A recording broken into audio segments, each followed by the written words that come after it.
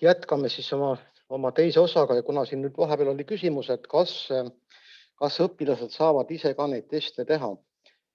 Vot siis asi ongi selles, et see on üsnagi komplitseeritud lugu, nagu te isegi ilmselt teate, et ega õpetaja ka nendele testidele ligi ei pääse. Näiteks 2021 aasta testi pole mina küll kätte saanud. Ma hakkan seda nüüd Harnost uurima, et mida ma selleks peaks siis nagu tegema. Et kuidas mul see õnnestub kätte saada nüüd ülesanded. Tähendab, et varasemad 2018 ja 17 ja okei. Et küll, aga viimaste aastate teste ma kahjuks pole nagu kätte saanud. Nüüd, mul on praegu siin ees selline pilt, ma vahepeal muutsin oma pilti siin ja et ma olen ikkagi sisse loginud ja mul on siin e-kogud, ma tegin sellise asja, nii et kes siis arvutis seda asja kaasa teeb nagu, siis võiks tekitada endale siis sellise pildi, et ta on siin EIS-is sisse logituna muidugi. Ja kui te võtate, panete e-kogud ja panete õppeaine on ikka matemaatika, keeleoskuse taset me ei fikseeri, kooliastet ei fikseeri ja märksõna ei pane ja paneme lihtsalt otsingusse, siis peaks tulema meil hulk igasuguseid selliseid teemasid siia, tekstülesanded ja protsendid ja tasandilised kujundid ja nii edasi. Vot see on nüüd see asi, mida ma soovitan kindlasti õpilastele näidata jällegi, sellepärast, et seal on üksikud ülesanded ja muidu nii, et vaadake tasemetööga me viitsime päris palju aega, eks ole, vaadake palju meil läks aega, et algusest lõpuni teha, no tõsi, ma võin küll pooleli jätta, aga siin on võimalik nüüd teha siis niimoodi näiteks, et võtame kas see koordinaattasand, teema, ülesanded, 6 ülesannet. Ja vot siin ma saan siis nüüd, näete, kujund, koordinaattilestik, siin on pedagoogidele kasutamiseks, ma küll ei tea, mis see nii erilist siin on siis.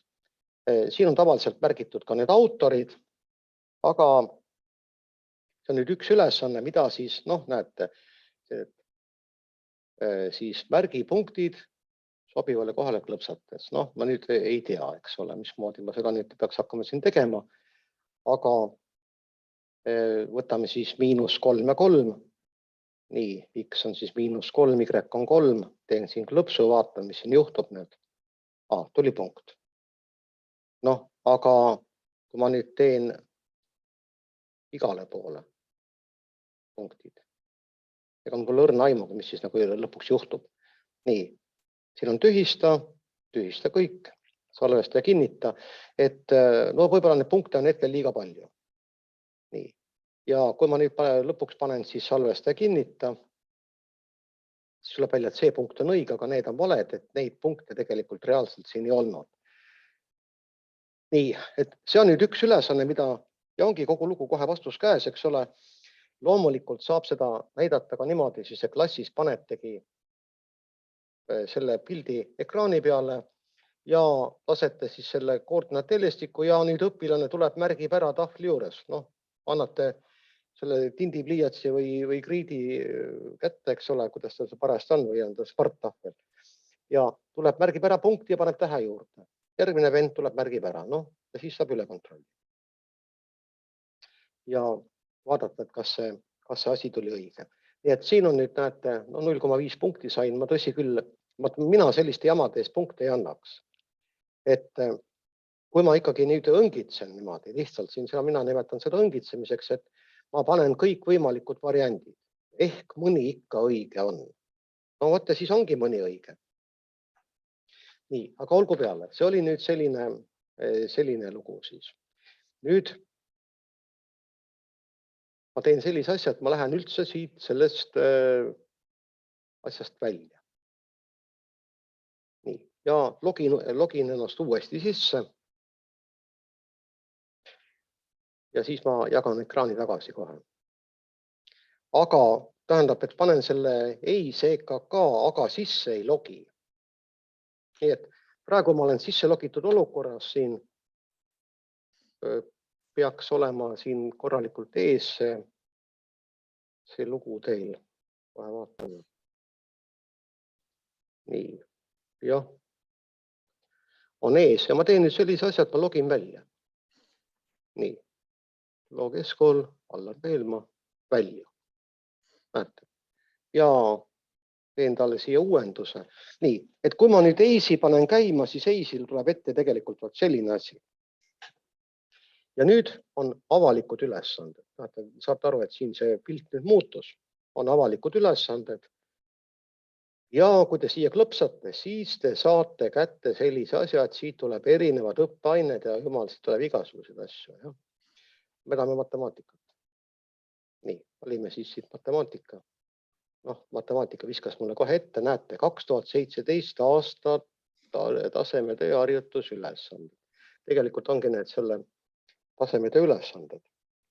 Ja vot kuna nüüd oli küsimus, eks ole, et kas on võimalik niimoodi teha, et õpilane saaks ka ilma sisse logimata, saaks lahendada ülesandeid, siis vaadake, näete, ma teen sellise asja, et võtan selle esimese harjutusülesande, teen lahti ja selle lingi, vot siit ülevalt, kopeerin ära ja panen kas e-kooli või stuudiumisse.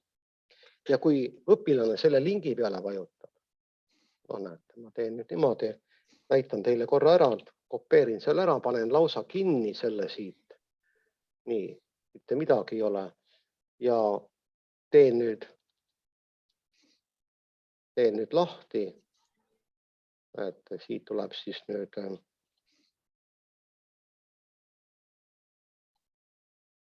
tuleb mul ekraan, näete, Mozilla pilt tuleb siin. Ja nüüd ma kopeerin selle siia, nii et kui õpilane võtab selle lingi sealt kontrolli, näete, ja vajutab enterit, siis tuleb talle ette täpselt see ülesanne. Et neid ülesandeid saab niimoodi õpilastega jagada. Ja see on nüüd see asi siis, et kui õpilane istub kodus, siis temal tuli selline pilt ette ja siin tema nüüd hakkab siis uhama. Teeb ta ausalt või ei tee, eks ole, see on nüüd igaühe enda nagu sisetunde küsimus. Aga ta saab selle asja läbi teha ja vaadake siin, näete, arvutavad see väärtus.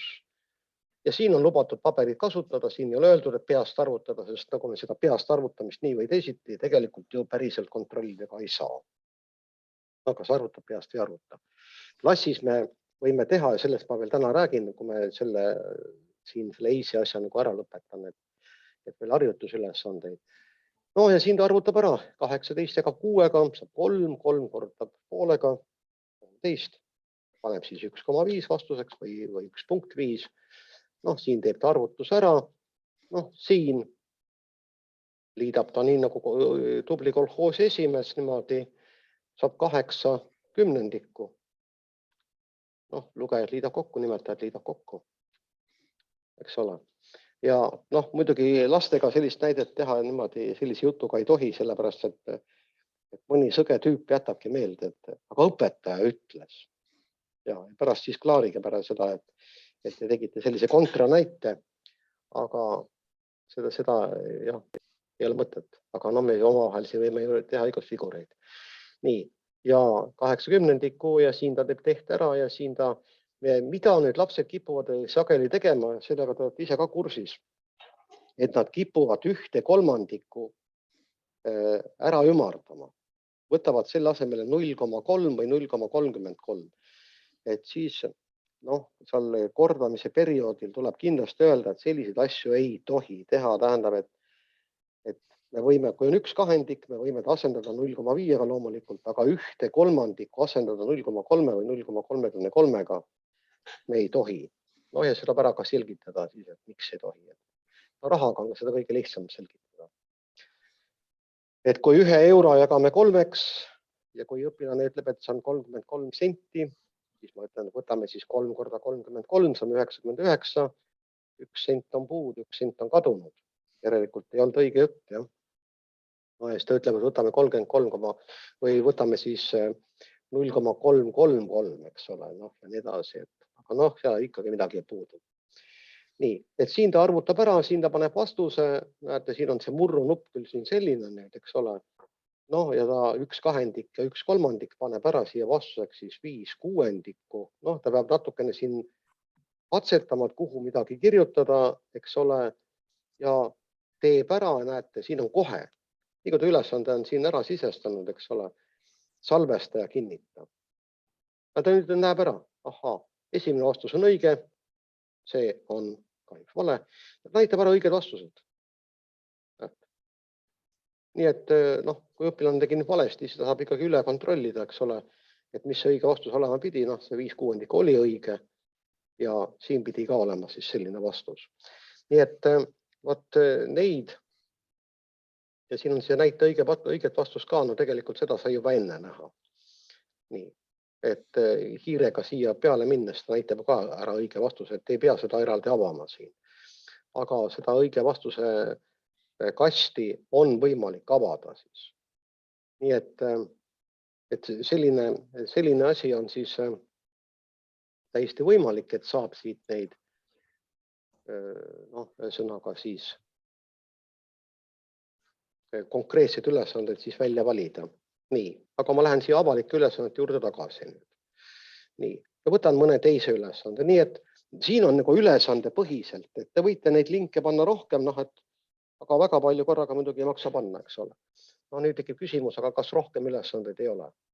Et kui me läheme siia avalike ülesannete juurde, eks ole, ja tahaks teada, et aga hea küll, et siit saime matemaatika kohta ainult nii vähe või et kas rohkem ei ole, siis kuna me ID-d ehk selle ülesande koodi ju ei tea, siis ma panen praegu lihtsalt valin siit välja matemaatika.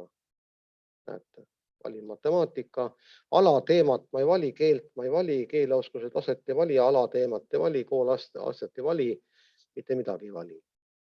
Kvaliteedimärk, see on nagu huvitav asi.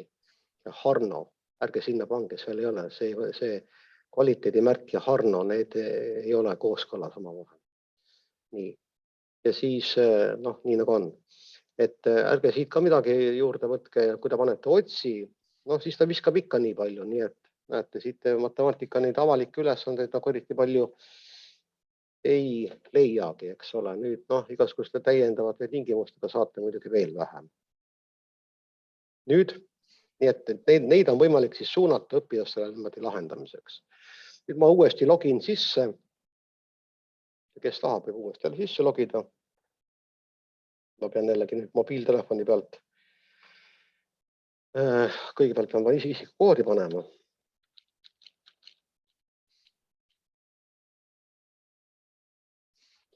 Nii, vaatame, tuleb kohe see.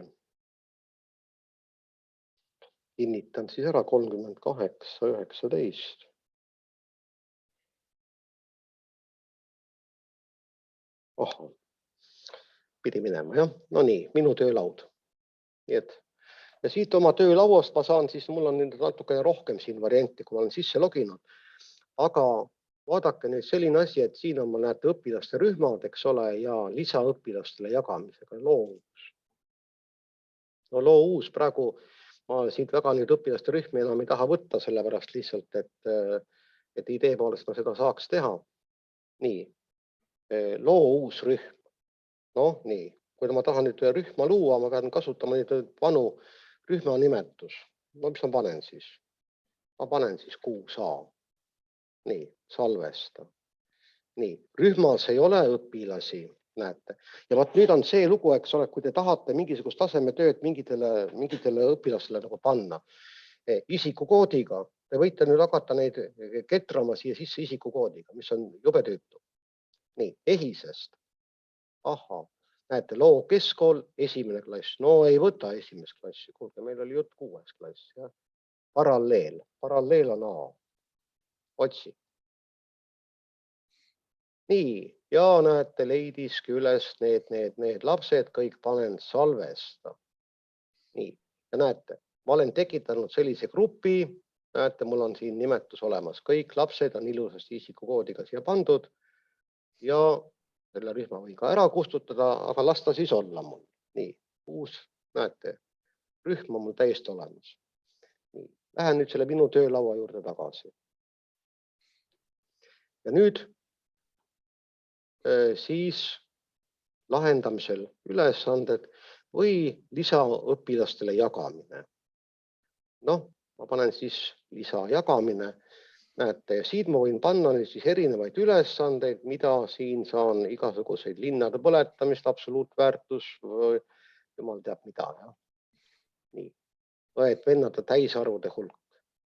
täisarvude, siin on küll veel vead sees ja temperatuuri graafik, näiteks temperatuur Kihnus.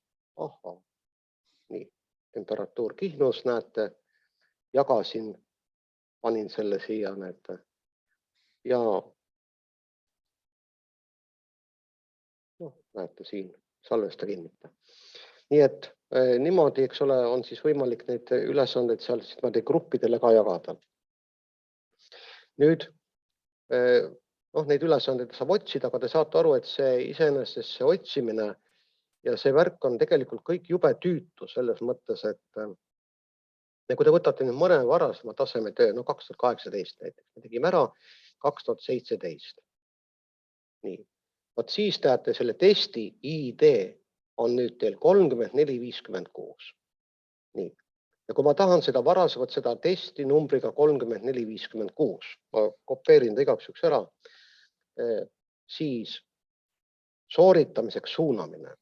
Siis te peate panema ta sooritamiseks suunamise ja nii. Ja nüüd vaatate, kellele te selle siis nii. Lisasooриtajad, näete, ma tegin testi lahti, nüüd võtan siit ehisest, eks ole, täpselt nii, nagu ma tegin. Näete, ei võta, võtan 6. klassi, võtan paralleel A, otsi. Nii, paneb mul kõik siia, näete, need samad õpilased, soorituskeel, eesti keel, salvesta. Nii, ja nüüd on, näete, need kõik õpilased on registreeritud mul selle testi kasutamiseks, nii et kui nemad nüüd logiksid sisse, ma pean muidugi paroolid ka tekitama neile, muidu nad sisse ei saa. Ja isikukood on neil olemas, igaühele annan tunnis kätte parooli, ütlen, et kodus lahendad seda testi ja kui sa nüüd selle parooli ära kaotad, siis on läbi, siis ei saa midagi teha. Nii, ja näete, lapsel on kõik registreeritud ja kui temal on see test tehtud, siis tuleb siia täpselt see sama asi, et mina olen ka siin sees. Minul on see test tehtud. Nii et kui mina tahan siin vaadata eelvaade, tõsi, mul kadusid ära nüüd kõik vastused loomulikult, sest ma hakkan ju tegelikult uuesti tegema justkui. Aga me ei hakka selle testiga niimoodi, aga ilmselt te saite praegu aru, et kuidas te saate seda testi jagada oma õpilastega siis. Nii, nüüd nende ID-dega, nendega on alati niimoodi, eks ole, kui te lähete minu töölaud siia näiteks ja nüüd panete testid, ja paned testi ID, võt ma vaatan selle sama, mis mul oli see 3456. Otsi, et siis niimoodi kuvatakse test, aga see ei vasta, testil on erinev kooliaste. Ma võtan nüüd kinni, kui ma kooliastet ei pane üldse. Nii, otsi 34 tasemetöö. Ma ei vali siit ka midagi. Matemaatika las olla, otsi. Nii, näete, nüüd leidis üles. Vaat niimoodi, et siin te peate nagu loominguliselt lähenema asjale, ühesõnaga need võtate hästi palju siit asju maha.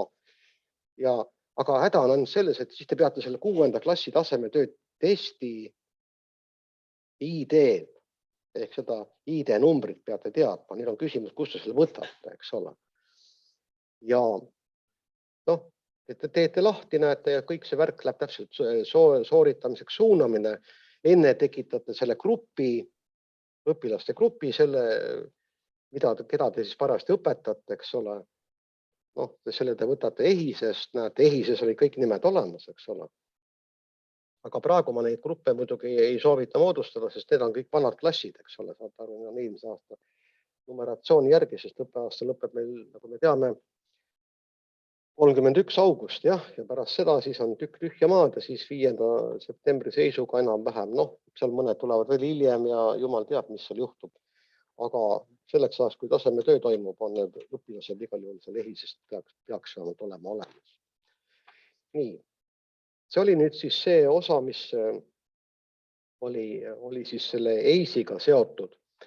Aga ma läheks nüüd tagasi siis selle asja juurde, millega me siin täna nagu alustasin, eks ole, ja ma kohe jagan uuesti ekraani teile, et te näete siis õiget pilti. Et siin me nagu selle lehe pealt siis kolisime ära, eks ole. Siin on kõik need ülesanded tähendab ükshaaval näha.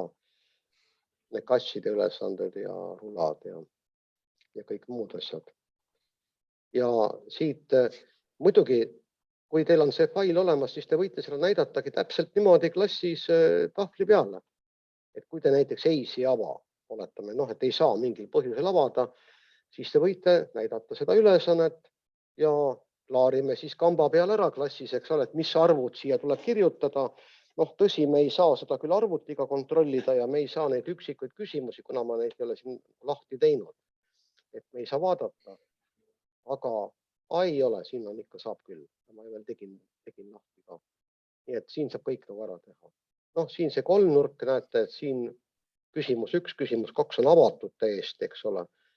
Ja siis tuleb lastel ära seletada, mis siin on ja mida ei ole. Ja see koogi ülesanne, nii et seda me siin eelmine, 2017 on see, mida ma teile näitasin. Selle ülesande juures, nüüd, kui on selline ülesande liik, kus tuleb lohistada, siis tulebki teha niimoodi, et esimene rida on näiterida. Ja nüüd peab laps aru saama, et siin on protsent, siin on siis harilik murd ja siin on siis kujund. Et siia ritta peab ta siis 75%. Ta peab aru saama, et see on 3/4, nii et selle kujundi peab ta siis lohistama siia lahtrisse. Praegu paberi või siin ma lohistada muidugi ei saa. Ja teine asi, mis on, et kui ta kujundit nüüd lohistab, siis see kujund peab jääma siia nende raamide vahele. Et kui ta nüüd natukene on üle, siis ei juhtu nagu midagi halba, aga kui ta juba on niimoodi, et on lohakalt, nagu lapsed mõnikord kipuvad seda tegema, et paneb niimoodi, et pool kujundit on ühes lahtris ja pool on teises, siis on 2 võimalust, et üks on, et arvuti viskab selle kujundi sealt välja, ta ei võta vastu seda sinna. Või kui ta võtab vastu, siis ta võib lugeda selle kujundi valeks. Nii et kujund peab olema siis õigesti pandud. Ja need murrud, need tuleb ka siis sikutada õigesse kohta. Nii et natukene sellist koordinatsiooni harjutust ka õpilasele. Mõni arvudest, ja siin tuleb muidugi siis ka teatada lastele, et mõni arvudest võib üle jääda, mõni kujund võib üle jääda, mida iganes. Et ei ole mitte nii, et nii palju kui on tühje kohti, nii palju on kujund, et iga kujund peab ära minema, ei pea. Selline ülesanne näiteks. Nüüd, mis on nagu, meil tekkis siin eile ka küsimus, et kui on ringjoonega seotud ülesanded, et kas võib panna täpse vastuse? See täpne vastus tähendaks siis seda, et me jätame pi vastusesse sisse. Kui nüüd ülesandes on öeldud, andke täpne vastus, siis peab olema see tehte kohale vajutades, peab olema ka nupp pi. Vastasel juhul ei ole võimalik seda lihtsalt teha, sest teile seda pi klaviatuurilt kuidagi sisestada eraldi ei saa. Nii. Nende ülesannete puhul seda loomulikult ei ole eeldatud. Nii et näete, siin on öeldud, läbimõõt on ligi kaudu 10 meetrit. Nüüd ta paneb siia, panete tehted kirja, siia panete vastuse. Siin kogu õhtu jooksul, kui ta tegi õhtu jooksul 8 ringi, siis kordate 8-ga. Ja vaadake nüüd üks koht, mida nüüd eelmises tasemetöös ei olnud, on ümardamine. Et jällegi ümardamine, eriti 10 murdude ümardamine, tuleks läbi teha jällegi.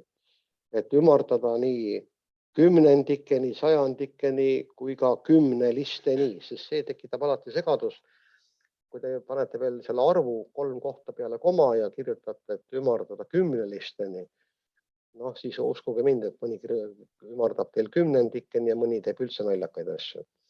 Et need asjad tuleb lihtsalt siis üle vaadata ja siin tuli valida siis sellest valikust nüüd õige valem ja seal, kui ma õigesti mäletan, siis oli niimoodi, et oli ringjoone pikkusel antud siis 2 ringjoone pikkuse valemit eri kuju.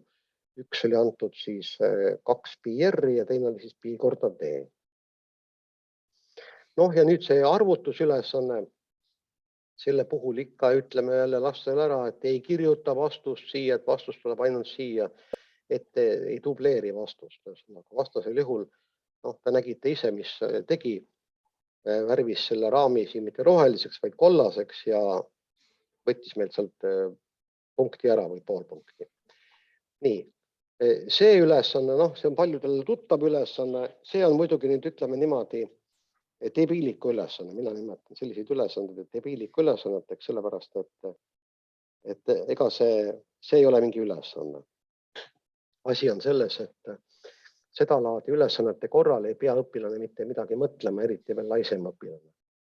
Ta valib ühe reaga, valib kas vasaku või parema veeru, klõpsab, paneb kõik vastused siit. Väga lihtne põhjus. Pooled ikka pihta lähevad. Tegelikult oli vist küll nii siin, et kui valis tõese, siis läks 5 tükki pihta, kui valis väära tulba, siis läks 3 tükki pihta. Et need on need kindla mustri ülesanded, et kust võib jumala juhuslikult valida. Aga saate aru, et see ei ole matemaatika. Et kui teha niimoodi, eks ole, et need on raadionupud, et 1-2 vastusest on õige, siis on väga võimalik see variant, et mõni õpilane lõpsabki huupi ja kõige mõistlikum on siis, kui huupi panna, siis panna tõesti valida kas üks või teine veerg ja pooled ikka pihta lähevad. Nüüd ülesanne kolmnurga kohta. Siin sisuliselt oli üks halb koht oli see, et kolmnurk on muidugi täisnurkne, kui me vaatame nüüd neid mõõtusid siit. Aga mis on nagu pahasti, on see, et siin on meeter ja siin ei ole. Häda on ju selles, et kui poisterahvad seal tehnoloogiaõpetuses õpivad ja kui on arv antud ilma mõõtühikuta, siis on see arv millimeetrites. Ja oleks korrektne olnud, siis siia kirjutada juurde meeter. See on nagu ülesande üks häda nüüd, aga teine häda on selles nurgas. See nurk ei ole 53 kraadi, see nurk MLK. Nii et siis, kui täpselt välja arvutada, siis tuleb ta 53, midagi, nii et siin peaks olema ligikaudse võrdluse märk. Et siin ranget võrdlust panna ei tohi. Iseenesest 6. klassi õpilase jaoks ei ole see mingi eriline teema muidugi, aga puht matemaatiliselt on ülesanne natuke räpakalt koostatud, et siis, aga siin ja siis see krundi pindala ruutmeetrites ja nii on. Ja siis istutakse mingid tammed ja muud asjad. Ja siin on jälle valikud siis. Siin oli jälle niimoodi, et nurkade arvutamisel, et siis nurga vastaskülg, ta valib välja siit, kolmnurga nurk see on ja siit on. Ja kui seal mingid tehted oli vaja teha, siis ta pidi need tehted ka. Kusjuures need tehted ei ole jälle üheselt määratud, et seal on nagu see asi, et õpetaja peab siis pärast selle üle vaatama, et vastasel juhul võib-olla laps tegi õigesti, aga punktid läksid ära. Ja see on nüüd selle rula ülesande analoog lihtsalt, et siin on küll nüüd jope ja laps loeb läbi ja arvutab selle allahindluse 15%. Esialgne hind oli, loeb teksti, hinnati alla, mitu protsenti loeb teksti, siia paneb siis tehte, vähenes ja kuidas see hind oli seal. Ühesõnaga, mõte on selles, et jällegi ta arvutab selle allahindluse välja ja siis lahutab. Kuigi võiks seda teha ka nii, et me arvutaks mitu protsenti hinnast alles jääb ja võidame ühe tehte, aga hea küll. Ja siin oli jälle niimoodi, et kas ta saab osta või ei saa ja siin tuli välja, kui ma eksin, siis et ei saanud. Ja tal jääb puudu. Ja siis peab välja arvutama. Mitu jääb puudu. Nii, see oli nüüd see tasemetöö. Aga nüüd ma räägiksin selle järele jäänud 3 tunni või natuke vähema jooksul ikkagi sellest, et kui me nüüd õpetame 6. klassi, kui me nüüd sügisel tuleb 6. klass, et millele me nagu tähelepanu pööraks siis selle õpetamise protsessis. Ja kui meil tuleb nüüd 7. klass, kellega meil tuleb see õnnetu tasemetöö siis teha, eks ole, et kas te olete neid lapsi varem õpetanud või ei ole, et ega see ei muuda asja, tasemetöö tuleb ikkagi teha. Et siis teatavat hulka kordamisülesannetest tasuks ikkagi läbi teha, tuletada meelde. Ja mina olen tavaliselt teinud siis seda niimoodi sellisel kujul. Ma panin küll täiesti huupi siia suvaliselt tehted, eks ole. Natukene selliseid veaohtlikke värke tasub otsida, et vadangi ülesande niimoodi ette. Prindin välja, lõikan välja niimoodi ja annan koduse tööülesandeks. Õpilane peab selle siis vihiku vahele ja vihikusse kleepima. Et on tehe, siia kirjutab arvutuskäigu, see lahter peab olema siis piisavalt suur, niimoodi, aga seda te saate arvutada ise teha väga hästi. Ja siia kirjutab vastus. Et ta harjutab just nimelt seda formaati. Ja selle formaadil pole iseenesest häda midagi, see on selline on tehe, on arvutamine, on vastus. Kirjutab ära.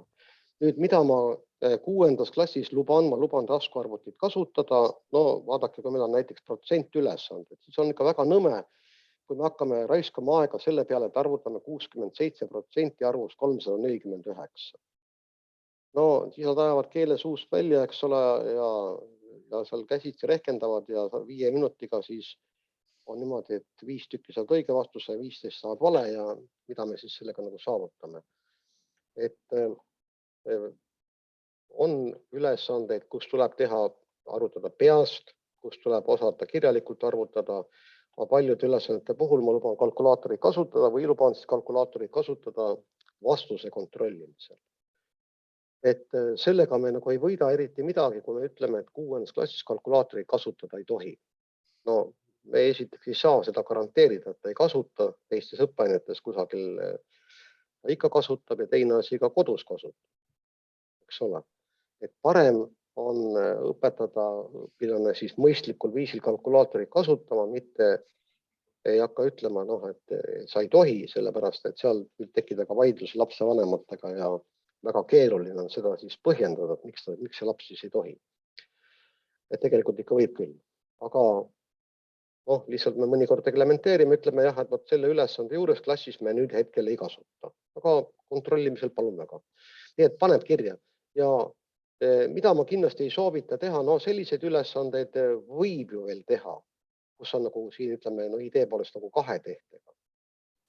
Aga selliseid pikki ülesandeid, mis on mõningates õpikutes ka, et on sulgudes ja sulgudes on liitmine ja siis veel jagamine, ja siis teises sulus on seal korrutamine ja lahutamine, et on neid pikki tehteid ilmselt teeks, siis kui ma küsin küll selle kohta, aga kus tal siis edaspidi sellised tehted nagu peaks vaja minema, et kus ta peaks oskama niimoodi arvutada käsitsi just nimelt, eks ole. Et kui tal võib tulla mõni tehe seal kas füüsikas tulevikus või isegi matemaatikas, pigem ta teeb ikkagi seda kalkulaatori abiga ja kui ta me ka juba siin 2 tehtega teeme need ülesanded ära, siis peaks olema see loogika selge tal tehete järjekord, eks ole. Seal tulevad astmed ja muud asjad juurde, aga 6. klassis neid ei ole. Et ma soovitan nagu teha sellised teatavad väiksed töölehed, et võib-olla siin isegi ülesandeid panna vähem või vastupidi, panna rohkem. Liiga palju ei maksa panna, sest et kui liiga palju panete, siis tekib see efekt, et nad ei hakka lahendama lihtsalt.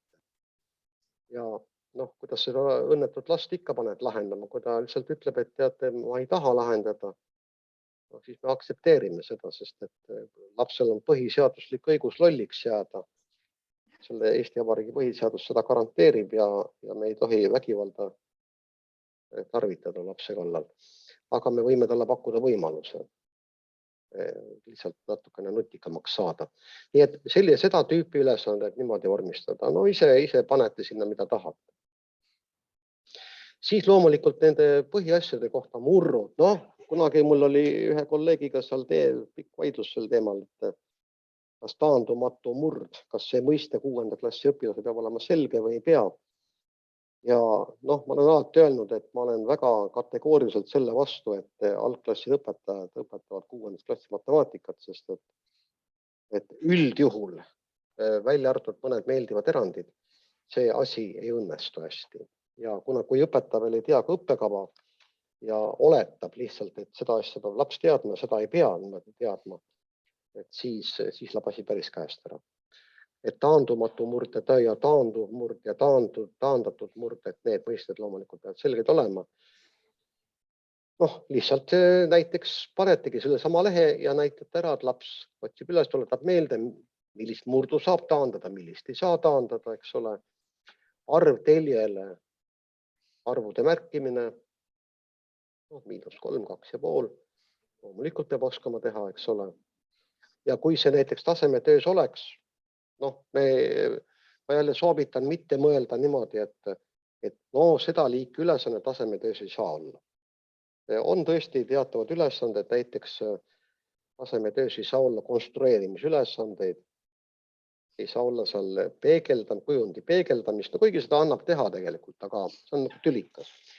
kujundi peegeldamist, ei saa olla kolmnurga konstrueerimist, eks ole, ja selliseid väga olulisi ülesandeid tegelikult. See ongi selle elektroonilise tasemetöö üks häda, et ta välistab teatavad ülesandeliigid.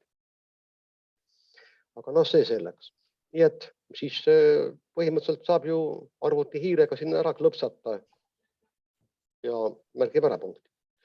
Nii, kindlasti, mida nüüd tuleb läbi teha, korrata, tegelikult seda 6. klassis õpetades ja kogu aasta vältel ja ka 7. klassis ja 8. ega mõõtühikud ega tehete tegemine on alati selline, mõõtühikute teisendamine on alati väga selline keeruline asi ja lastel kipub see meelest ikka ära minema. Siis, kes nüüd juhuslikult kasutab minu seda rohelist töövihikut, mis on siis kordamisülesanded just tasemetööks 6. klassis, siis ma tavaliselt seda töövihikut kasutangi 6. klassis ja kui 6. klass saab läbi, siis ma jätan, mul on siin üks kapp, kapi riiuli peal on see töövihik ja nüüd, kui need eelmise aasta 6. lapsed ehk siis nüüd selle aasta 7. klassi lapsed tulevad kooli, siis ma jagan need eelmise aasta töövihikud neile jälle kätte, sealt umbes veerand jagu meil on tegemata, et me saamegi neid põhiasju jälle üle korrata ja seal on selle töövihiku sisekaane peal ilusasti on olemas ka siis mõõtühikute vaheliste seoste tabel, et seda praegu nad siis saavad vaadata. Eriti küll pikkusühikutega on asi nagu enam-vähem meil, eks ole.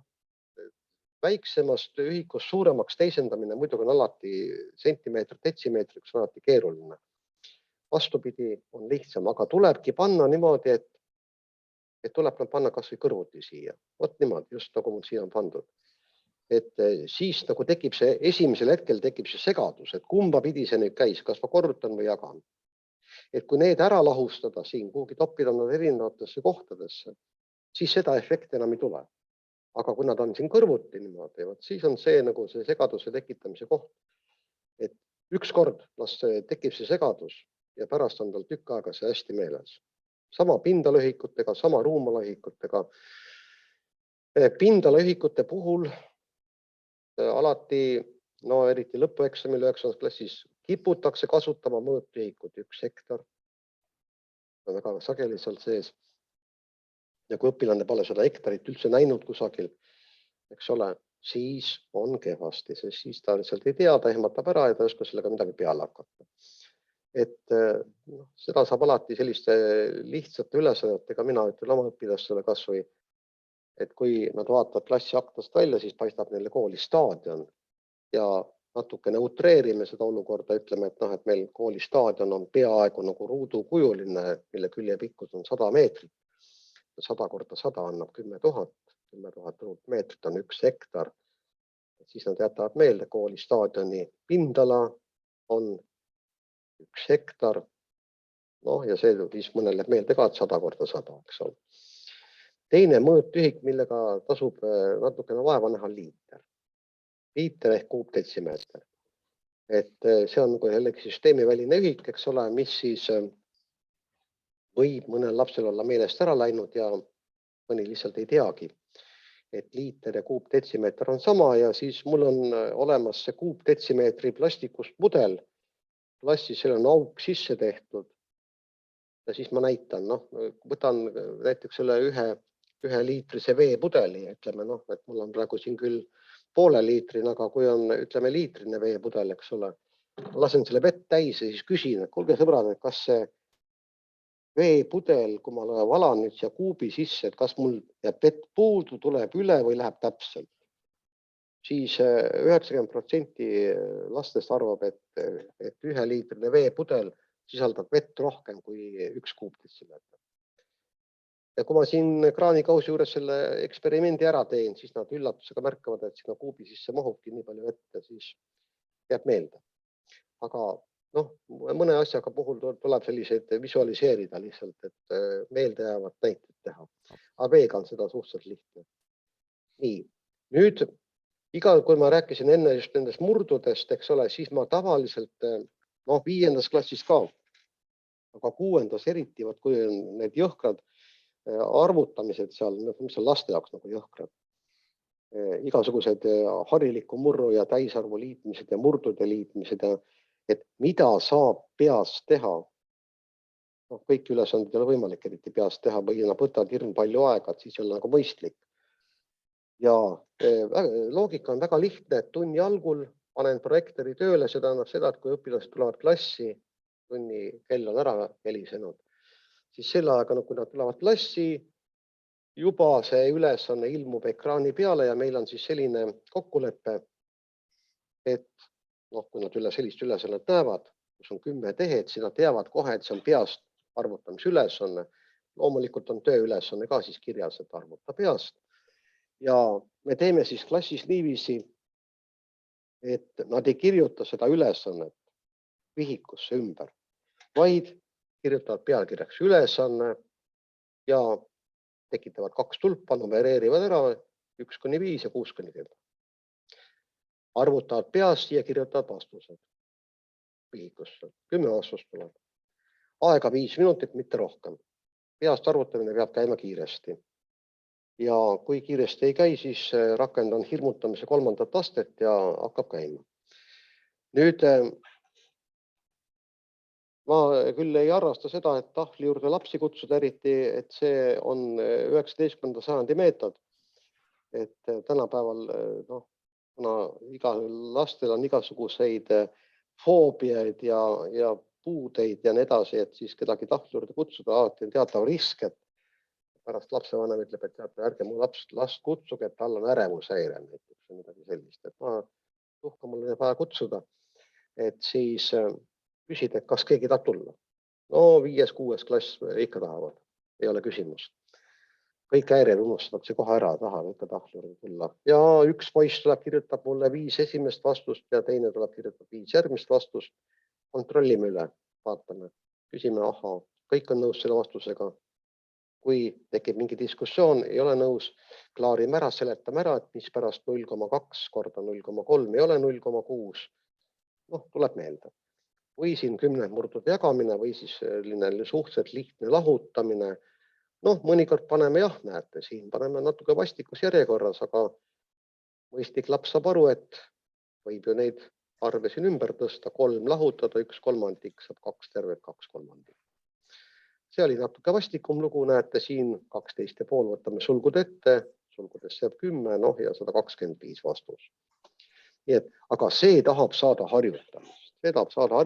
See ei tule niimoodi, et ma ühel päeval teen, teisel päeval teen ja siis rohkem ei tee ja jääbki meelde, tuhkagi jääb. Unustab sama kiiresti ära, kui selgeks sai. Ja siis oleme pärast seal 8. ja 9. klassis hädas, et kui hakkavad seal ruutvõrrandeid lahendama, mida iganes tegema, et kõige lihtsamate arvutuste juures haaravad jälle kalkulaatori järele, kui seda nagu teha ei tohi, eks ole, õpetaja, ma ütlen, et kuulge, et me arvutame ikka peast ka. Et siis need sõrmed liiguvad nagu automaatselt, aga lahve seal sõrmede all ei ole ja siis nad muutuvad närviliseks. Ei saa nagu teha, aga häda siis, kui lähevad gümnaasiumisse, arvutavad ikka 10 piires kalkulaatori abiga, et see ei kõlba kogu. Ja siin on natuke teistsugused ülesanded, eks ole, kus on ka peast arvutamist. Aga tegelikult on see sama hästi ka 6. klassi tasemetööks harjutamine. Siis annan ka selliseid ülesandeid. Neid arve ei maksa väga niimoodi üheselt võtta. Sellepärast, et ma lihtsalt olen need näiteid siia pannud täiesti suvalt, eks ole. Diameeter, raadius, diameeter. Ringjoone pikkus välja arvutada ja siin ta võib öelda vabalt, eks ole, et 3,6 pi sentimeetrit. Sest ega ta nüüd ei hakka siin 3,6 korrutama 3,14. Ei ole nagu eriti tark. Ja kui kalkulaatorit ei luba kasutada, ütleme, et ütlesin täpne vastus, eks ole. Kolmnurga pindala, alus ja kõrgus on võrdsed 10 ühikuga ja just nimelt panengi selliseid ülesandeid ka, kus ei ole mõõtühik fikseeritud.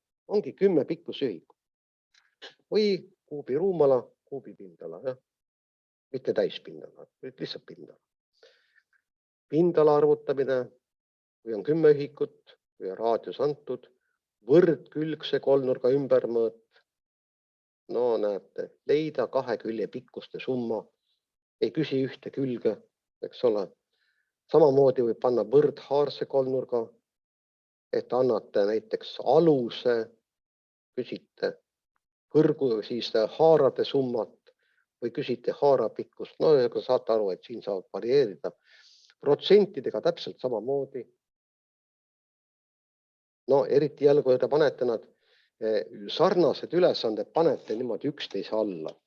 Vot näiteks nagu siin on pandud, et oi pagan, siis seal tekib igasuguseid põnevaid asju. Suurenda arvu 20% võrra või suurenda 20%. Vähenda, noh ja muidugi siis see. Suurenda arvu 100% võrra. Vähenda arvu 100% võrra. Oho. Nii. Siis võiks muidugi juurde lisada, aga suurenda nüüd arvu siis 200% võrra. Eks ole. Ja nii edasi. Et noh, väga keeruliseks ei maksa asju ajada, aga nad peavad aru saama, et see protsent ei ole ka saatanast ja 6. klassis osa leidmine tervest peab selgeks saama, sest ülejäänud ülesande tüübid tulevad ju kõik 7. klassis, eks ole, siis me nagu selle terviku paneme kokku seal. Et midagi ette õpetada, protsent on nüüd see mõiste, mille puhul mina ütlen, et õpetaja võib-olla seal, kui tal on väga nutikad lapsed ja on selline tehtud selline klasside, et on 3 paralleeli näiteks ja matemaatikatunniks on 3 paralleeli peale tehtud siis rühmad, et on see tugev rühm, keskmine rühm ja siis see nõrgem rühm. Aga 6. klassis sageli seda ei tehta ja teine asi on, see alati põrkub ka lapsevanemate vastuseisule seal, et ega muu laps ei ole ju loll. Ma arvan, et te olete seda kõik kuulnud, et keegi ei väidagi, et laps on loll, aga lihtsalt kiiremad oleks omaette ja natukene aeglasemad oleks omaette, et oleks selline homogeenne seltskond, keda oleks siis nagu vähe parem õpetada.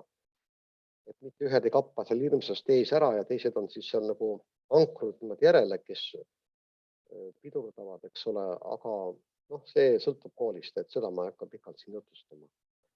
Nii et sellised ülesanded. Ja vot nüüd need protsendid. Ja kui te nüüd panite tähele, eks ole, siis tasemetöös ikkagi kipub olema üks ülesanne ikkagi selline, kus on vaja seda osamäära siis osata seal leida, on ta siis protsendina, on ta siis kümnendmurruna, on ta siis hariliku murruna. Ja loomulikult see seos, mida lapsed kasutavad, mina olen neil alati lubanud sellega vihiku servale või näiteks kui on tunnikontroll, et võivad selle kirja panna, täpselt nii, nagu mul on siin kirjutatud. Ja ei kasuta mingisuguseid imelikke tähti, ei kasuta mingeid imelikke valemeid, sellepärast, et kui te võtate kas või valemi vihiku ja vaatate, sinna on ka aeg-ajalt sisse topitud see just need samad protsentidega seotud arvutused. Ja seal on mingisugused jõhkrad valemid, mida mina pole küll kunagi teadnud, et kes need üldse välja mõtles ja milleks nad head on. Aga mõni hull õpib need pähe ka ja siis ta pärast muidugi ajab kõik sassi, et mis see A ja B on ja nii edasi. Et jumala eest, ärge seda tehke. Et ikka osa leidmine käib osamäära ja terviku korrutamise teel ja loomulikult me saame kõik protsentarvutusülesanded selle sama ühe seosega ära arvutada, nii et ei ole vaja siin rohkem midagi.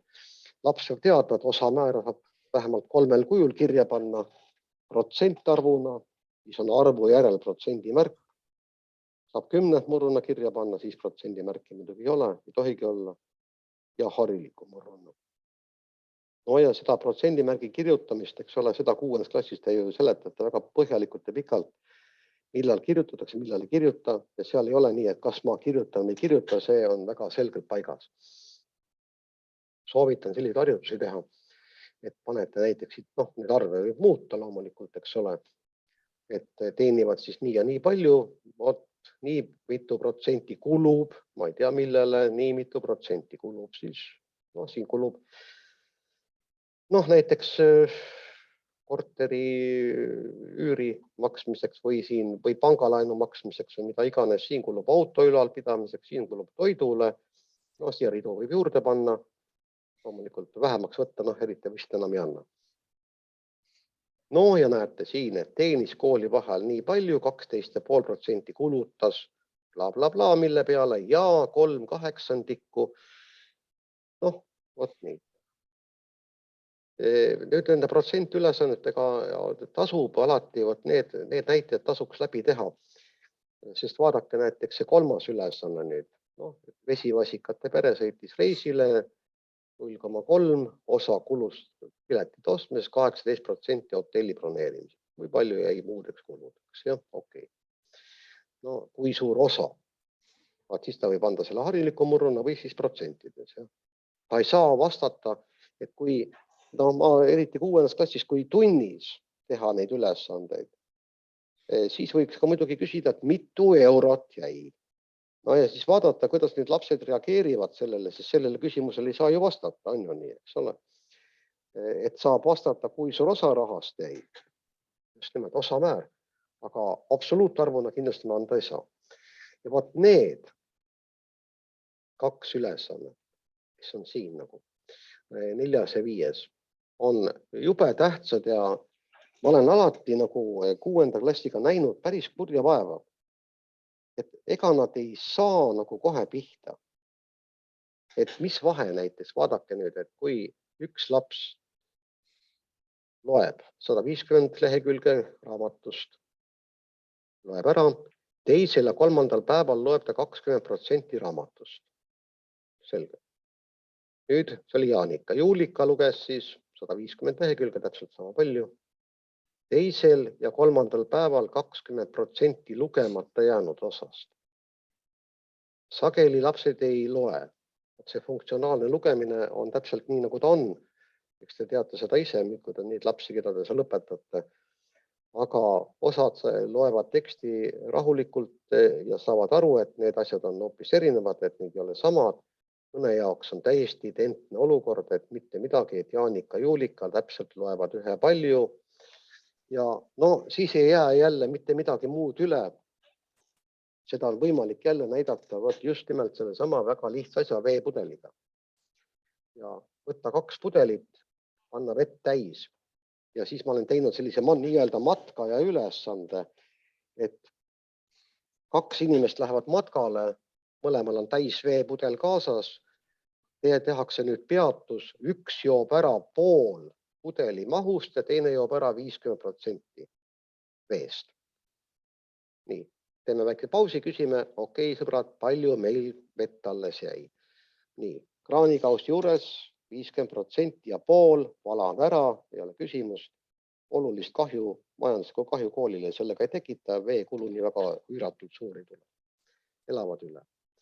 Nii, ja siis see nüüd esimene joob ära pool pudeli mahust ja ka teine joob ära pool alles jäänud veest. Ja siis selgub, et esimesel jääb pudel tühjaks, saab tühjaks, jah. Aga teisel, eks ole, jääb veel veerand pudelil jäid alles, sest algul jäi tal pool alles ja kui ta sellest poolest pool ära joob, siis jääb ta veerand alles. Siia pudeli peale võib tõmmata ka siis panna siia pool ja siis need märgid peale teha, et natuke parem jälgida. Aga kui sellist asja lastele näidata, siis ta jääb natuke paremini meelde, kui seda lihtsalt jutustada. Aga eks see sõltub jälle teist, kuidas see teeb. Ja siin on siis vennad, eks ole, töötavad ettevõttes, ühel tõsteti siis 5%, teisel 10%, ja nii edasi. Et kas selline asi on võimalik ja vana siin tuleb siis natukene mõelda. Nüüd, millest ma kindlasti soovitan hoiduda jumala eest, et see kipub olema nendel inimestel, kes ei ole nagu professionaalsed matemaatikaõpetajad ja nemad võtavad siis, et kui hakatakse rääkima protsentidest, muidugi nad räägivad ka valesti, nad ütlevad, et võtame ristkorrutised ja mis on saatanast ja ristkorrutis näitab lihtsalt selle termini kasutamine on süngelt väär siin. Ristkorrutamine on tehe 2 hulga vahel ja pole siin protsentidega ega võrdega mingit pistmist. Aga kuna 6. klassis ju võrret ei ole meil, eks ole, siis me loomulikult seda ka võrde põhiomaduse järgi ei tee, et me arvutame kas 1% järgi või kuidagi teistmoodi. Ja võrde põhiomadusega peab olema üldse ettevaatlik, eriti seal 7. klassis, kui hakatakse ülesandeid tegema, et kui tervik muutub protsessi käigus, siis ei saagi võrde põhiomadust üldse kasutada. Kui tervik jääb samaks, palun väga, et 30% mingisugusest kogusest on nii palju, arvutame, kui palju on 75% samast kogusest. Tervik ei muutu. Aga kui võtame sellise ülesande, nii nagu oli mul gümnaasiumi tööraamatus, et kui ühes hullumajas on 200 patsienti ja nendest 99% on skisofreenikud, no selline näide oli seal, siis kui palju skisofreenikuid tuleb haiglast lahti lasta või välja lasta, et skisofreenikute hulk oleks 98%. Kui seda ülesannet hakata lahendama võrdega, siis me saame kapitaalselt vale tulemuse kohe, eks ole, et tervik muutub. Osad hullud lähevad ju tänavale, eks ole. Ja tuleb välja, et need hulle tuleb lahti lasta 100 tükki. Nii et tüüpiline arvutamisskeem viib muidugi vale tulemuseni. Nii, aga no hea küll, võib ka mõelda teistsuguse teksti, ei pea olema just need hullud seal, aga mul oli seal niimoodi. Ja siis üks Õhtulehe ajakirjanik avastas selle kusagilt või talle keegi madus osistas talle kõrva. Ja siis üks laps ajakirjanik kirjutas siis tigeda artikli sel Õhtulehte sel teemal, et Allar Veelmaa arvastab matemaatika õpetamist paksude naiste ja hulludega. Selline artikkel. Ja ta tahtis mul kommentaari, aga mis sa sellisele nõrgamõistuslikule inimesele ikka ütled. Nii, siin on siis mõned sellised ülesanded veel, mida võiks niimoodi läbi lahendada igaks juhuks. Vaadata, need on väikeste nõksudega. Aga see, et nad oskaksid osast või tervikust osa välja arvutada, 10% peast ja 50% peast ja 25% peast ja nii edasi ja saaksid aru lihtsamatest asjadest, et see kindlasti. Ja see ülesanne, mis on siia nüüd pandud, mul on täpselt nüüd selline, vaadake, nagu oli ühes tasemetöös, ainult et siin ei ole pilti. Ja mina sellise ülesande viskaks küll hea meelega näiteks niimoodi, et panengi, lasen ekraani peale ja ei peagi kirjutama. Ütlevadki näiteks suuliselt, jah. 10 murru 0,8 hariliku murruna 10 murru lugemine on mõnikord ka väga keeruline, sest ta loebki seda 0,8, ma ütlen, ütle hariliku murruna. Ja siis läheb meelest ära, aga tuletame kohe kähku meelde. 8, üks koht peale koma, 10ndikku, 9 sajandikku, 125 sajandikku, eks ole. Kui ta saab juba sajandikku, siis tal tuleb meelde, et jumala eest ei tohi lastele öelda, et 1% on 0,01, no ei ole, vaid 0,01 osa tervest. Protsent ilma terveta on täiesti mõttetu asi. Kunagi oli mingis õpikus ja on ka suuri diskussioone olnud, et kas sellisel tehtel 12% pluss 0,8 näiteks ja võrdub, jah. Et kas sellisel ülesandel on üldse mingit mõtet? Puht formaalselt, kui me niimoodi räägime nagu formaalselt, aga 6. klassis ikkagi nagu niimoodi ei tahaks nagu rääkida. Võib ju arvutada, kui me defineerime 1% 1 sajandikuna. Jätame terve kõrvale. Kui me räägime koolimatemaatika kontekstis, siis me räägime ikkagi, et 1% on 1 sajandik osa tervest, mis on mõistlik. Ja promillist räägime siis 7. klassis, eks ole, et seda me siia ei topi. Nüüd, kui täidavad selle või ütlevad ära, 121%, hariliku murruna 121 sajandikku ja 10 murruna 1,21. 3, see tekitab juba natuke rohkem probleeme. Nüüd 4/15 on ka natukene vastik lugu, et mis sellega teha, et kuidas siin saada. 1000%. Las nad mõtlevad mõne asja juures ka natuke rohkem. Kui jäävad hätta, siis palun väga võtku paber ja pliiats ja arvutagu. Ma ei välista üldse seda varianti näiteks, et võib-olla jätate mõne keerulisem variandi välja lihtsalt ja annate paberi peal talle ette. Täida ära tabel. Või koduse töö ülesandeks, mida iganes. Nüüd kõik geomeetria teemad, eks ole, nurgad. Nüüd nurkadega on ju lugu niimoodi, eks ole, et nurki käsitletakse väga põhjalikult 5. klassis, tippnurgad ja kõrvunurgad, eks ole, see on seal 5. klassi lõpu osas, nurga mõõtmine Noh, see nurga mõõtmine on ka väga keeruline osade laste jaoks ja malli lugemine, see, et nad kipuvad seda lugema tagurpidi ja kui noh, kustutate siit selle nurga näiteks ära ja märgite siia näiteks nurk alfa ja mõõda nüüd selle nurga suurus, siis suur osa õpilastest saab ju siia teravnurga, eks ole. Et nad on ära unustanud selle, et kui on ikka visuaalselt juba näha, et on 90 kraadist suurem nurk, et on igal juhul nürinurk. Et kuidas me malli pealt seda siis loeme? No tuletame meelde. Aga noh, nüüd võib öelda, et kuulge, aga kas seda nüüd on vaja, eks ole, et ega me ju selliseid ülesanded ei lahenda tasemetöös, aga mina ütlen, et tasemetöö on üks hetk elus 45 minutit ja pärast seda me võime selle asja rahulikult ära unustada. Aga matemaatika õpetamine ja matemaatiliste teadmiste rakendamine kestab terve elu. Nii et loomulikult me ei saa võtta ainult, et meie õpetamine käib sellepärast, et tuleb tasemetöö või tuleb eksam. Loomulikult mitte. Nii et neid oskusi on vaja. Ja siis igasuguste nurkade arvutamine, siin õpilased peab teadma, et tippnurgad on võrdsed ja kolmnurga sisenurkade summa on 180 kraadi. Ja siin ka, et kui on niimoodi tähistatud, eks ole, seda teab, et tegemist on võrdhaarse kolmnurgaga ja arvutab ilusasti ära. Sama pindala kohta, kolmnurga pindala arvutamine. Need õpilased, kelle ma saan sealt 5. klassist või äärmisel 6. siis nendega mul on asi nagu lihtne. Minu nagu selline tõekspidamine on selline, et ma ütlen, et ühtegi valemit ei õpita pähe tähte. Kõige hullem on see, kui laps tuleb nagu tubli pioneer ja kui ma küsin, et kuidas arvutab kolmnurga ümbermõõte, siis ta vastab mulle niimoodi A pluss B pluss C. Ja mul hakkab sellest inimesest õudselt kahju. Miks ta ei räägi eesti keeles? Miks ta ei ütle, et mul on vaja 3 küljepikkust kokku liita? Kui ma küsin, et kuidas sa 7 nurga ümbermõõtu arvutad, siis ta hakkab mulle jälle niimoodi umbes. Sa neid tähti ei tea. Liidame kõikide külgede pikkused kokku.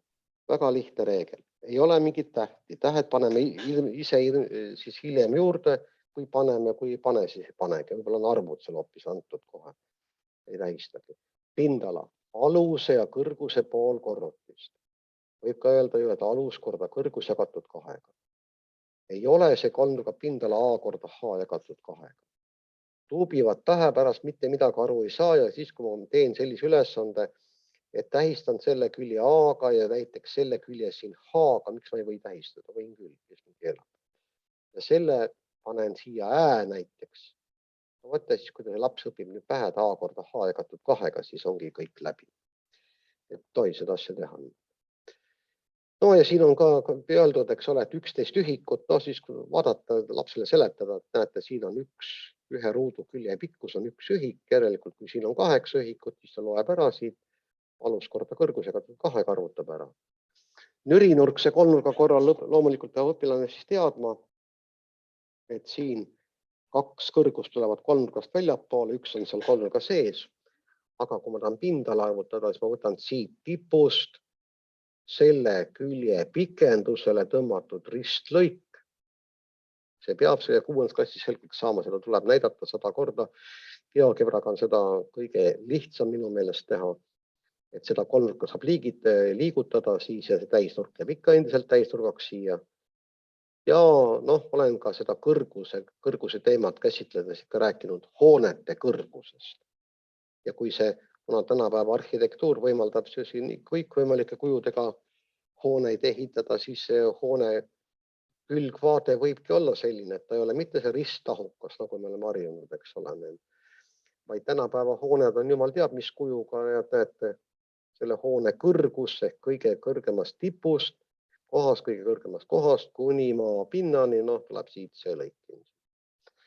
Arusaadav, aga õpilane peab seda teadma, see tuleb meelde tuletada. Siis alati ringjoonega, eks ole, seotud ülesanded, ringjoonega, ringiga seotud ülesanded, et mis siin siis saab, eks ole.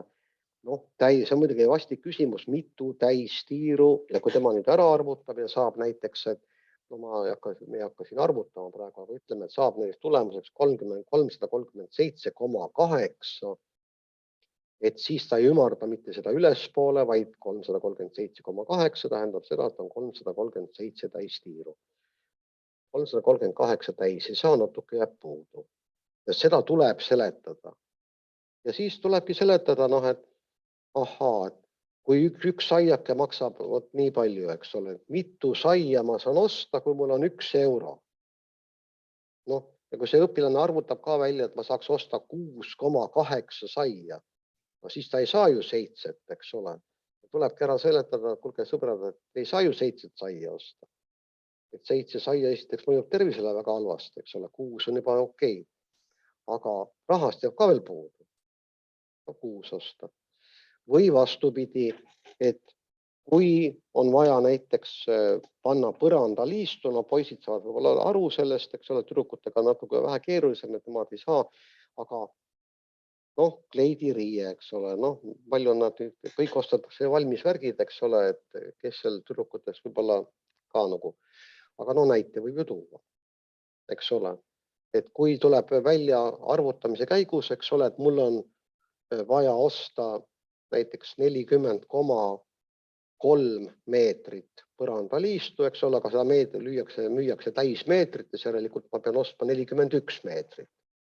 Et kui ma ümardaks allapoole, nagu ümardamise reegel ütleb, 40 meetrit ostan, eks ole, siis on selge, et mul tuleb puudu. Siis muidugi ütled, aga siis jääb üle. Vot jääb üle, jah, väike jupp jääb üle, aga ma saan selle töö ära tehtud. Nii et see on see matemaatika rakendamise pool. Nüüd siin on siis see kolmnurga ülesanne, mis oli, mäletate, seal ühes tasemetöös oli ka, kus oli vaja siis 3. külg välja arvutada ja määrata liit. Siin on antud 3 külge. Mõõtühikutega tuleb mängida, et vastasel juhul mõõtühikud ei saa selgeks.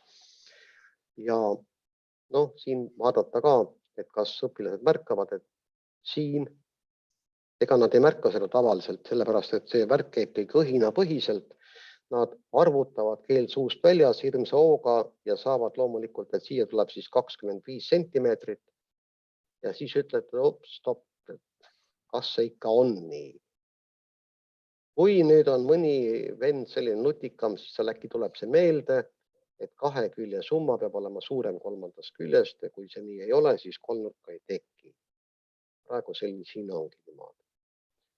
Ja kui panete nüüd siia pindala, alus ja kõrgus, praegu näete, on öeldud külg A ja kõrgus H, siis pindala arvutamine, siis teisendab ühikud ära mõistlikul viisil. Ja siin ma puutusin kokku sellise huvitava asjaga, et ma panin sellised arvud, mis on väga kardinaalselt erinevates suurusjärkudes. Et siis tekkis seal sellised päris nutikad lapsed, aga hakkasid küsima mu käest, et õpetaja, kuidas see võimalik on, et üks külg on nii pikk ja siis et pindala on nii väike. Mõtlesin, aga okei, aga mõtleme, et mismoodi see võimalik siis on. Siis nad tulid selle peale, kas saab kõrgus ka väike olema. Okei, peabki olema, arvutame ära siis selle kõrguse.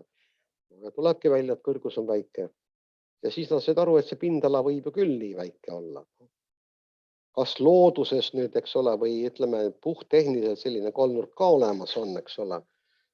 See selgub siis, kui me selle kõrguse välja arvutame, siis mõtleme, kas mõni kolmnurk võiks olla siis kusagil ka käega katsutav selliste mõõtmetega. Aga siin on juba natukene selline, mõne jaoks ei paku see muidugi mingit pinget.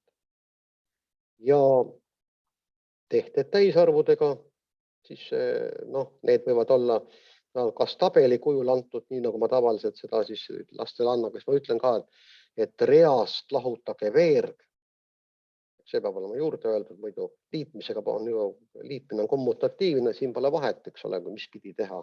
Aga lahutamisel on tähtis, millest lahutame, mida lahutame. Korrutamine on kommutatiivne, jagamine loomulikult ei ole. Nii et selge see, et siis saab jälle öelda, et millest mida.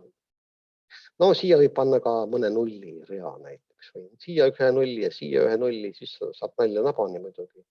Ja siis jälle seletada lastele tuletada meelde, et nulliga ei saa jagada. Ja siis, kui küsib, et miks ei saa, siis ütled, okei, tee kalkulaatori peal, pikalt ei seleta, saab hea teate ja siis näidata ka ära, et jagame 0,1-ga, jagame 0,01-ga, jagame 0,001-ga et tulemus läheb hirmus suureks, siis võib öelda, et siis lõpuks tekib lõpp. Aga lõpmatuses räägime kunagi hiljem. No, petame lapsi natukene kunagi hiljem, tähendab, et räägime seal 5 aasta pärast alles. Absoluutväärtusega soovitan ülesanded läbi teha, sellepärast, et muidu mõni laps võib ära unustada, mis absoluutväärtus oli ja arvab, et need on sulud, sulumärk, natuke lohakalt kirjutatud või lihtsalt, et on mingid erilised sulud, et absoluutväärtus teeb läbi seal. Ja viimane asi, punkti koordinaadid ja graafiku lugemine. No, see punkti koordinaatide juures oli seal ka siis näiteid tasemetööst. Ja viimase lehe peal on siis mõned selliste harjutusülesannete need ID-koodid, siit te saate neid vaadata, kui te sisse logite, siis eisi, vaadake, kas need ID-koodid ka töötavad, noh, vanasti nad töötasid, võib-olla nüüd on mõni ülesanne seal ära kaotatud ja mõni asemele tehtud, et siis te saate selle ID järgi selle ülesande kätte. Niiviisi, head kolleegid, kell on 14.31, see tähendab, et minule antud aeg on läbi saanud. Ja jõudsime ka viimase leheküljeni, tõsi. Natukene siin uristasin juba kiiresti, aga et mitte teie aega siin kuritarvitada. Ja nüüd siis on see hetk, kui ma küsin, et kas teil on mulle küsimusi.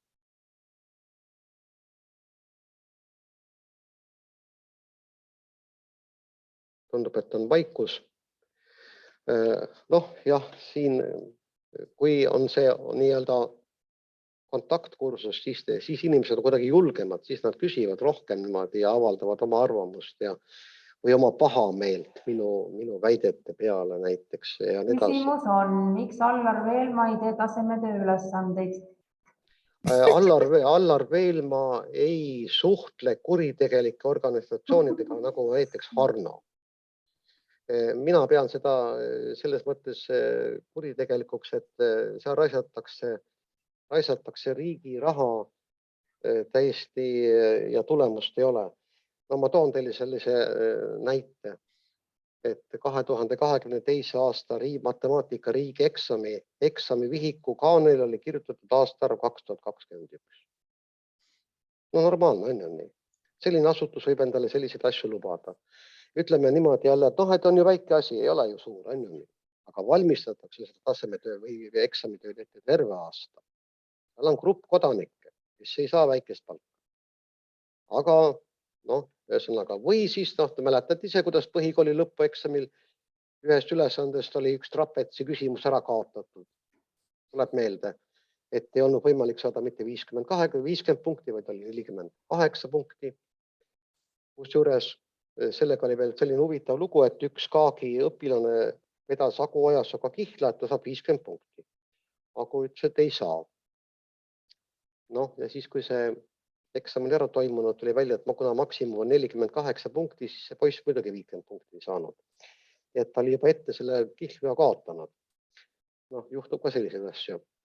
Aga mina sellel töö hindamisel leidsin, et õpilast ei tohi karistada sellepärast, et töö koostaja või asutus on võimetu midagi normaalselt tegema. Siis panin loomulikult 50 punkti, sest et töö peale oli kirjutatud 8 punkti ja keeldusin 2 punkti maha võtmas, sellepärast et õpilasel oli õigustatud ootus saada selle töö eest 50 punkti, sest töö peale niimoodi oli kirjutatud. See, et keegi hiljem avastas, et üks küsimus oli puudu, see on nende probleem, mitte ei ole see eksamitöö kirjutanud lapse probleem. Nii et no ühesõnaga, teate, ma ei taha selliste asjadega tegeleda. Ütlen ausalt, et EIS-keskkond ei võimaldagi teha normaalset testi. See võimaldabki selliseid käkk-teste teha. Ja ütlen kohe ära, et mina eelistan teha eksamitööd paberi peal. Ja kuigi siin räägitakse hirmsasti, et tahetakse 9. klassi eksamit mingil ajal teha elektrooniliselt, annaks jumal, et ma jõuan enda pensionile minna. Et ma ei pea seda õudust tegema. Ja ja veel vähem. Ja sellepärast ma ütlengi, et head kolleegid, et ei maksa võtta selle elektroonilise eksami või selle tasemetöö tulemusi niimoodi väga hinge. Et no seal jah, võib-olla üks õppelõhataja hüppab ühelt jalalt teisele ja prõõkab. No see on tema probleem, las ta teeb seda. No, muidugi võiks talle öelda, et rahune maha ja luua kodus kassi peale, kui tahab. Aga noh, mõnikord õpetaja kardab jälle seda kooli juhtkonda seal. Tuhka neid karta pole vaja, tuleb lihtsalt tuimalt teha. Ja... Teine küsimus veel seoses kevadise koolitusega. Seal oli jutt, et Allar Veelma tööle hindeid peale ei kirjuta. Kuidas vanemad selle vastu võtsid? Et ainult stuudiumisse läheb või e-kooli? Tähendab, et tööle hinnet peale ei kirjuta. Aga stuudiumisse kirjutan hinde ju. Ja kuidas vanemad selle vastu võtsid või kooli juhtkond või? Ei ole siiamaani probleemi tekkinud. Kaua aastat seda teha on saanud juba? Oi jumal, teab, päris mitu. Tähendab, et ma seletasin lastele ära, ma kirjutasin stuudiumisse ka. Ja, ma seletasin selle ära, et miks ma hinnet peale ei kirjuta. No, nagu vastus oli väga lihtne, ütlesin, et teate, sõbrad, et hinne on konfidentsiaalne. Ja ühesõnaga rõhusin nagu selle peale, et see on, teate, see on nagu isikuandmete kaitse seadus ütleb seda, et vaata, et kui ma ei saa ju küsida tütarlapse käest, mingid ülesannet koostama, küsin, kuule, mitu kilo sa kaalud? On ju nii. Sellepärast, et pärast lapsevanem võtab minuga ühendus, ütleb, et te tahtsite öelda, mu laps on paks. Näiteks, jah, on ju nii. Ma ütlen vastupidi, et ta on alatoitumusega, aga vaadake ise niimoodi, eks ole. Et aga hea küll, olgu see selleks. Ei küsi selliseid küsimusi, eks ole. Nii. Aga hinnetega, teate, ma põhjendasin ka seda, miks ma seda teed mööda läksin, et vältida neid lollakaid vaidlusi.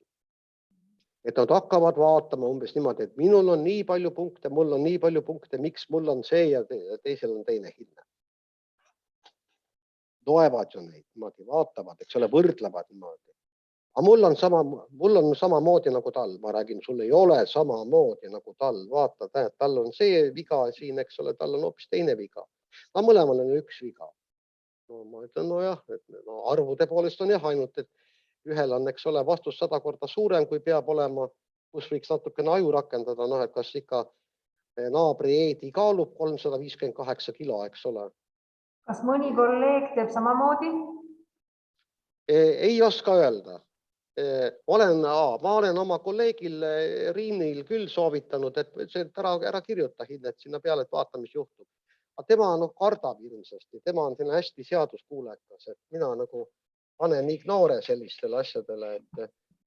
Ja ausalt öeldes ei ole nagu küll ükski lapsevanem siiamaani sellist hinnet saab vaadata. Need, kes nagu huvi tunnevad, 90% lapsevanemat tunne mingit huvi.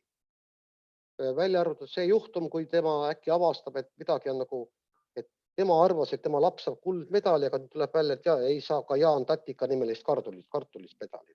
Et siis on nagu jama. Mul oli ühe 12. klassi õpilasega, õigemini õpilane tuli minu juurde kevadel, siis kui olid kõik juba kursse hinded ära pandud ja vahetunni aeg tuleb minu juurde, ütleb, et õpetajad, mul on üks suur mure. Õigemini seal 2 tüdrukut oli koos. Ma kuulan teid. Ja ta alustas sellise lausega, mul on matemaatika koondhinne ainuke 3. Mina tegin ukse lahti, ütlesin auf Wiedersehen, et meie jutt on sellega lõppenud. Mille peale siis natukene nördinud isa siis saatis mulle pika kirja selle peale, et mismoodi ma tema last jutule ei võtnud. Ma ütlesin, võtsin küll. Et ma kuulasin esimese lause ära ja pärast seda polnud mul temaga mitte millestki enam rääkida. Et igasugust hinnete kauplemist ja seda ma jälestan niimoodi ja hinne ei ole kauplemise objekt. Ja nii õnnetu laps saigi, matemaatika sai 3 ja ainuke 3 oli tunnistusel, aga ma ütlesin, et vastupidi, et see on väga ilus tunnistus. Et ma ei rikkunud tunnistus ära, vaid seal kirsstortil ongi see 3. Et kui keegi vaatab tunnistust, saab kohe, näe, matemaatika 3, jah. 4-5, keegi pane tähele, on ju nii. Et see selline asi ja mõnikord teid vaidlusi seal teemal tuleb ja siis isa tahtis näha lapse siis proovieksami tööd, et kas ma olen ikka õiglaselt hinnanud ja ma siis vastasin talle, et kui tal on vastav pädevus olemas, töö hindamiseks, et ta võiks mulle saata vastava dokumendi koopia ja ma olen nõus talle pärast seda andma siis lapse töö. Seda koopiat vaatan siiamaani pole näinud. Nii, et sellega nagu, ma nagu teatavates küsimustes ma nagu väga pikalt diskuteerima ei hakka, et ma lahendan selle küsimuse lihtsalt. Koera saba tuleb raiuda üks kord ja kogu lugu. Aga igal asjal peab olema oma põhjendus muidugi jah, et selline usutav põhjendus ja loogiline.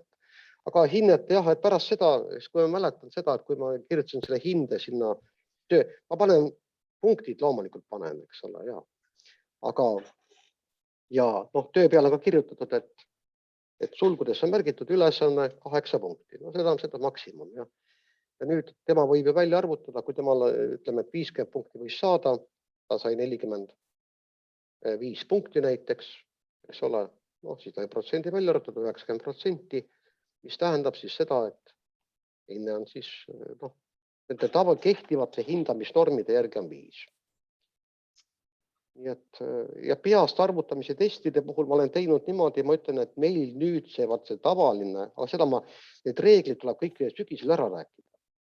Teie reegleid ei tohi töö käigus muuta, sellepärast, et siis ta ei ole reegel, siis on ta suva, eks ole, ja suva eest tuleb küll ennast niimoodi, et siis on nagu läheb jamaks, et siis on lapsevanemal õigus ka ja siis me peame niimoodi pea nurgu lasta, ütlema jah, et sorry, et me seekord eksisime ise. Et alati võib juhtuda, et mingi või punktide lugemisega näiteks läks, kuulge, matemaatikaõpetaja võib ka valesti arvutada, jah. Eriti kui õhtul seal kell 12:30 parandada neid töid vaatate, lugesite punkte valesti kokku ja laps tuleb ütleb, et kuulge, et midagi on siin valesti. Mis valesti on? Mul on 1 punkt puudu. Siis ütled, et oleks tublimalt paremini lahendada, oleks selle punkti saanud.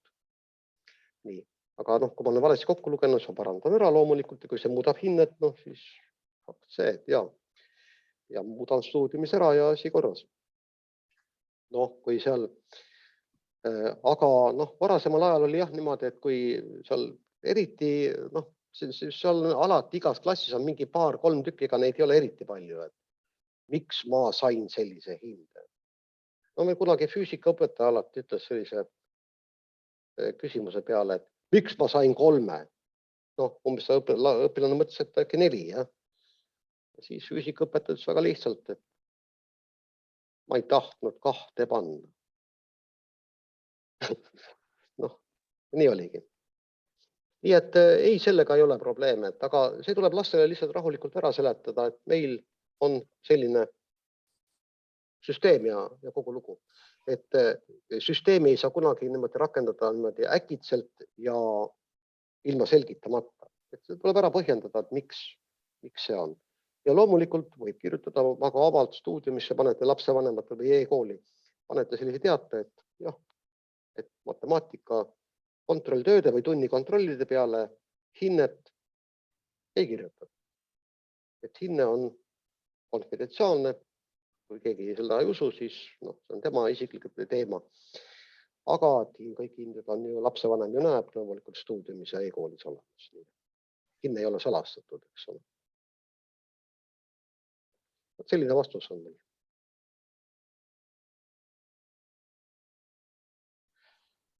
Nii, kui kellelgi nüüd on veel mingeid küsimusi, siis kirjutage mulle meili peale, et mu meili aadress ei ole salastatud, et seda saate vaadata ka mu kodulehelt, eks ole, ja need testid, millest oli seal kursuse juures juttu, need on küll need vanad testid, eks ole, aga neid saab kasutada. Ja võib-olla ma näitan ühte asja teile igaks juhuks veel, aga see võtab minut aega, mitte väga palju.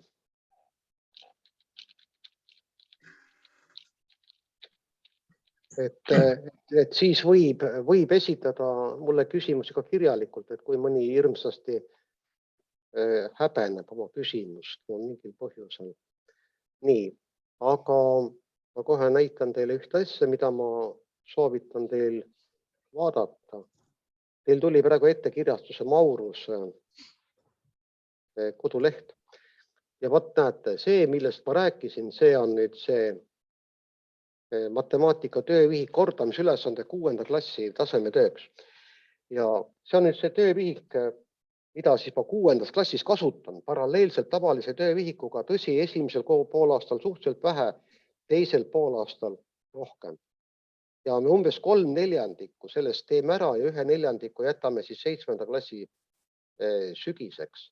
See vihik sisaldab 5. ja 6. klassi materjali ja siin on siis, kui nüüd lehitse, ma vaatan, kas see siin kuidagi, siis seal on siin on see,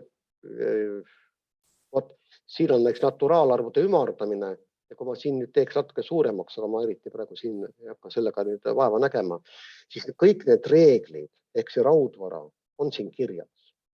Õpilane ei pea otsima, siin on harjutusi, näete, iga kordarvu saab esitada algtegurite korrutisena, jaguvuse tunnused kõik eraldi välja toodud. Nii, et see võtab nagu selle 5. ja 6. klassi siis nagu kokku. Ja selline töövihik praegu on ta veel soodushinnaga isegi müügis, et mina olen soovitanud siis, et igal lapsel on oma vihik, kirjutab oma vihikusse, mitte ei ole niimoodi, et on seal mingi klassikomplekt, mida õpetaja siis aeg-ajalt näitab lastele ja jumala eest, kui seda ärritub hirmsasti, kui see laps seda sisse kirjutab. Laps või see töövihik on mõeldud ikka individuaalseks kasutamiseks.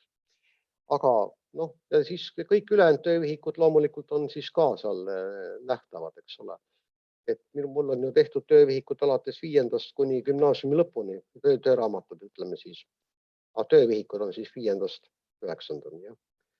Nii et kui te võtate siit lahti matemaatika ja vaatate, siis näete 5. klassi töövihik, 6. klassi töövihik, 7., 8., 9.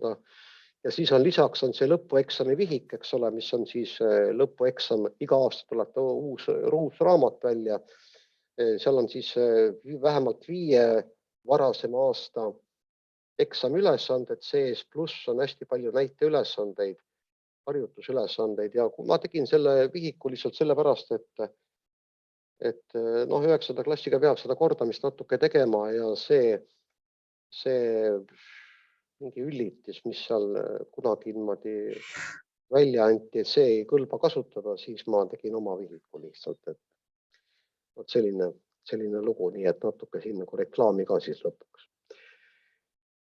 Nii et kui kellelgi on mingisuguseid küsimusi, siis palun saatke mulle meili peale ja siis ma pärast õhtupoolikul vaatan ja kui oskan vastata, siis vastan ja kui ei oska, siis kirjutan teile kindlasti, et uurin asja, võib olla nii, et mõnda asja ma lihtsalt ei tea. Et siis uurime koos, vaatame, avastame maailma. Aga mul jääb üle soovida teile veel siis meeldivat puhkuse küll läbi vist juba, aga meeldivat siis sellist viimast töövaba või tööpingest vaba nädalat, sest järgmine nädal me hakkame juba pihta ja kena õppeaasta algust ja siis oleks siis see aasta selline, kus me saame lastega siis klassis tööd teha, et ei pea seda ulaõpet jälle niimoodi rakendama, sest ega see ulaõpe on täpselt nii on, et ta 10% sobib ja seal suur hulk õpilasi naudib seda mitte koolis käimist, aga pärast selgub, et ega nad polegi seal tegelikult midagi tuhkagi teinud ja seda suppi me veel helbime siin ilmselt päris mitu aastat. Aga võib-olla on selle ulaõppe juures ka midagi positiivset, kas või see, et mõni inimene on õppinud siis e-keskkondade kasutamise ära ja mõnikord on seda päris tore siis kasutada, aga kui see ainult domineerivaks jääb, siis hakkab ta närvidele käima. Nii et sellega mina lõpetaks ja ma annan Jaanusele sõna, kui ta või midagi tahab öelda. Ja, ma tegin ka vahepeal tööd, nii et kõik need materjalid, mida Allar Veelmaa mulle saatis, on teie meiliaadressitel. Tõendid on ka kohal, arved on ka läinud sinna, kuhu vaja ja õnnelt Tartus tahaks ma oma ühele lausele, mis ma kirjas kirjutasin vastust. Nii, ja minu poolt siis ka tänaseks kõik. Tore oli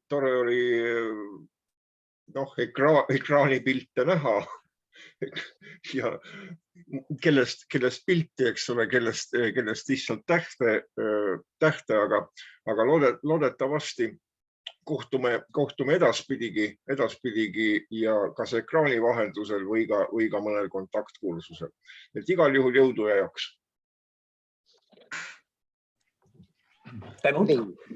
Olgu, nägemiseni. tänud, head aega. palun, nägemist.